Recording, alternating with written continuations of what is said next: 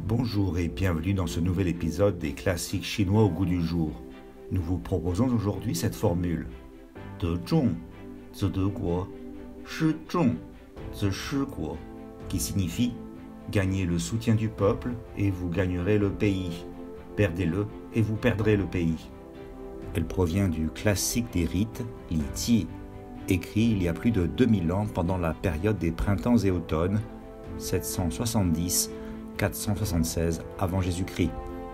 Le 1er juillet 2016, le président Xi Jinping l'a cité lors d'une cérémonie marquant le 95e anniversaire de la fondation du Parti communiste chinois, le PCC. Le classique des rites de l'école confucéenne témoigne de l'aspiration des ancêtres des Chinois à une société harmonieuse et ordonnée, et continue de nourrir leurs réflexions à l'époque moderne. Gagnez le soutien du peuple et vous gagnerez le pays, perdez-le et vous perdrez le pays. Cette phrase souligne à quel point il est crucial pour un pouvoir de bénéficier de l'appui de sa population. Le gouvernement doit être à l'écoute des besoins des gens et y répondre, car leurs aspirations définissent l'avenir du pays. Cette année marque le centenaire du PCC.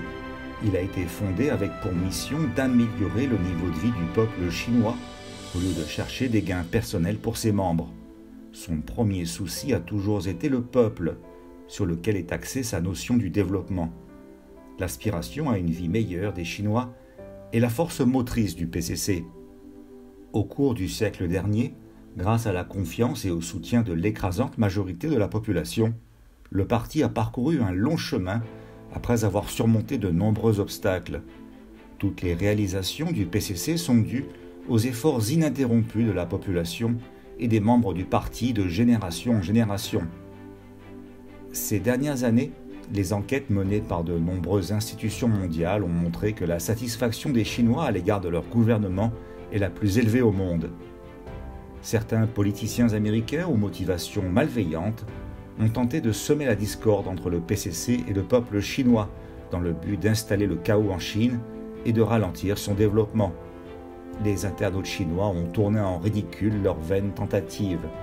Ces politiciens ont manifestement fait un mauvais calcul. Le PCC s'enracine dans le peuple et son pouvoir vient du peuple. Les membres du parti doivent toujours rester fidèles à leur engagement initial et être étroitement unis au peuple contre vents et marées en partageant le même sort et œuvrer ensemble pour le renouveau de la nation chinoise.